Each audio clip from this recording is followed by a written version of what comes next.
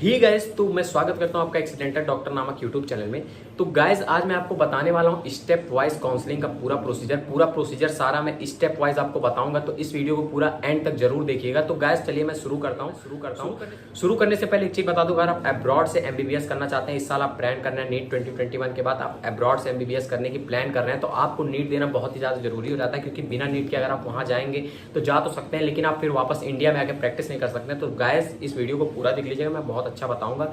और अब्रॉड के बारे में एक और वीडियो में बता चुका हूं, आप उस वीडियो को जाकर चेक कर सकते हैं। उसमें पूरा क्लियर बताया अब्रॉड में क्या क्या करना होता है, क्या नहीं करना होता, उसमें मैं पूरा आपको बताया हूं। तो चलिए, तो काउंसलिंग प्रोसेस बेसिकली 3 राउंड्स में होता है, फर्स्ट, सेकंड और मॉप अप राउंड। तो पहले अगर गवर्नमेंट कॉलेज के लिए आप अप्लाई कर रहे हैं तो पहले 2 राउंड में आपका कॉलेज क्लियर होना चाहिए। कि mop up round basically deemed college बताया हूँ। तो चलिए इसमें आपको काउंसलिंग के बारे में बताता हूँ। नीट 2021 का काउंसलिंग कैसे करना है, कैसे होगा, क्या होगा, पूरा डिटेल आपको बताऊंगा। तो नीट 2021 का काउंसलिंग हर साल 2 ही स्टेप में होता है, ये फिक्स रहता है। 2 स्टेप में काउंसलिंग होता है।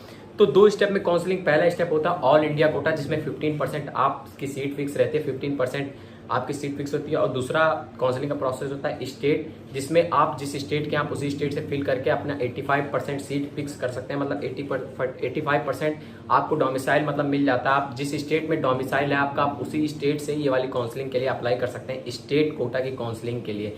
मतलब जैसे आप यूपी के स्टेट में, तो अगर आप केजीएमयू का अप्लाई करते हैं तो 85% डोमिसाइल आपको मिलता है केजीएमयू के लिए। मतलब थोड़ा इससे एडवांटेज मिल जाता है, तो उससे मतलब सीट मिलने की चांसेस थोड़ा और बढ़ जाते हैं। गाइस अगर आप जिस स्टेट में, आप उसी स्टेट के किसी अच्छे कॉलेजेस अगर आप डालते हैं गवर्नमेंट के, तो आपको मतलब एक चांसेस बढ़ जाते हैं। बेसिकली एक चांसेस बढ़ जाते हैं, मतलब उसमें पूरा जाने के अंदर, मतलब कॉलेज में एंटर करने के आपको चांसेस बढ़ जाते हैं। तो गाइस चलिए मैं पूरा प्रोसीजर स्टेप वाइज बताता हूँ काउंसलिंग कैसे करनी है। तो गाइस उसका लिंक डिस्क्रिप्शन में दिया, पहले आपको उस लिंक पे जाना है। फिर उस लिंक पे जाने के बाद आपको वहां पे रजिस्ट्रेशन करना है। रजिस्ट्रेशन करने के बाद आपको एक ओटीपी आएगा, ओटीपी आपको फिल करना है और रजिस्ट्रेशन आईडी और पासवर्ड आप बनाएंगे। ये सब तो आप कर ही लेंगे, लेकिन मैं बहुत शॉर्ट में पूरा स्टेप वाइज बताऊंगा। तो पहले तो आपको रजिस्ट्रेशन करना है। रजिस्ट्रेशन करने के बाद आपको क्या करना है, रजिस्ट्रेशन अगर आप कर लिए तो आपको एक आईडी मिलेगी, एक पासवर्ड मिलेगी। मतलब पूरा ओटीपी आएगा, बीच में आपको ओटीपी डालना है, फिर आईडी पासवर्ड आपको क्रिएट करना। मतलब पूरा प्रोसीजर आपको रजिस्ट्रेशन के बाद आपको आईडी और पासवर्ड कहीं लिख लेना है। फिर उसके बाद आपको करना है, रजिस्ट्रेशन अगर आप कर लिए तो उसके बाद आपको करना है चॉइस फिलिंग।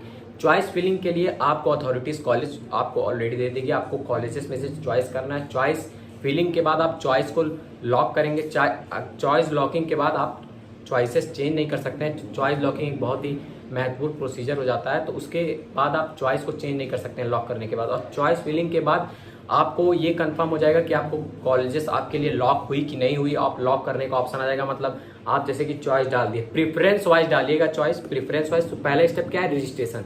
दूसरा स्टेप क्या है, चॉइस फिलिंग। चॉइस फिलिंग आपको प्रेफरेंस वाइज करनी है। ढेर सारे कॉलेजेस का नाम आएगा, आपको प्रेफरेंस वाइज चॉइसेस डालनी है। जैसे कि आपको पहले में केजीएमयू चाहिए, दूसरे में ये चाहिए, तो ऐसे ऐसे आप सीक्वेंस वाइज डालेंगे जो जो आपको चाहिए रहेगा। फिर इसके बाद जब आप वहां पर मतलब ओके कर देंगे, नेक्स्ट कर देंगे, तो उसके बाद आपको मतलब कुछ अथॉरिटीज आपको बता देगी आप इस कॉलेज के लिए एप्लीकेबल है, तो आप उसी सब किसी कॉलेजेस में से मतलब चॉइस फिलिंग कर सकते हैं। चॉइस वहां से आप फिल कर देंगे।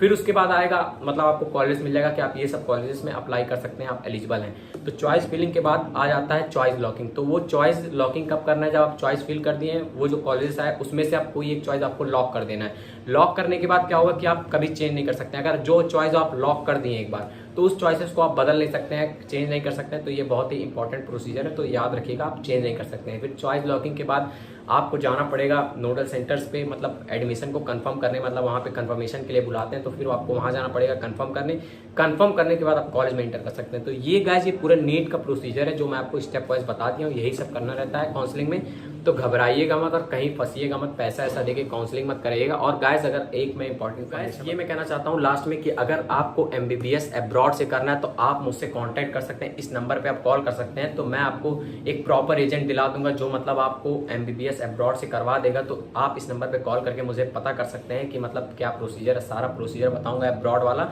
अब्रॉड के लिए आप मुझसे कॉल करके पूछ सकते हैं कोई भी सवाल, कुछ भी, तो आप मुझसे कॉल करिए और पूछिए अगर आपको अब्रॉड में एमबीबीएस के लिए एडमिशन चाहिए। Thank you so much guys, thank you so much.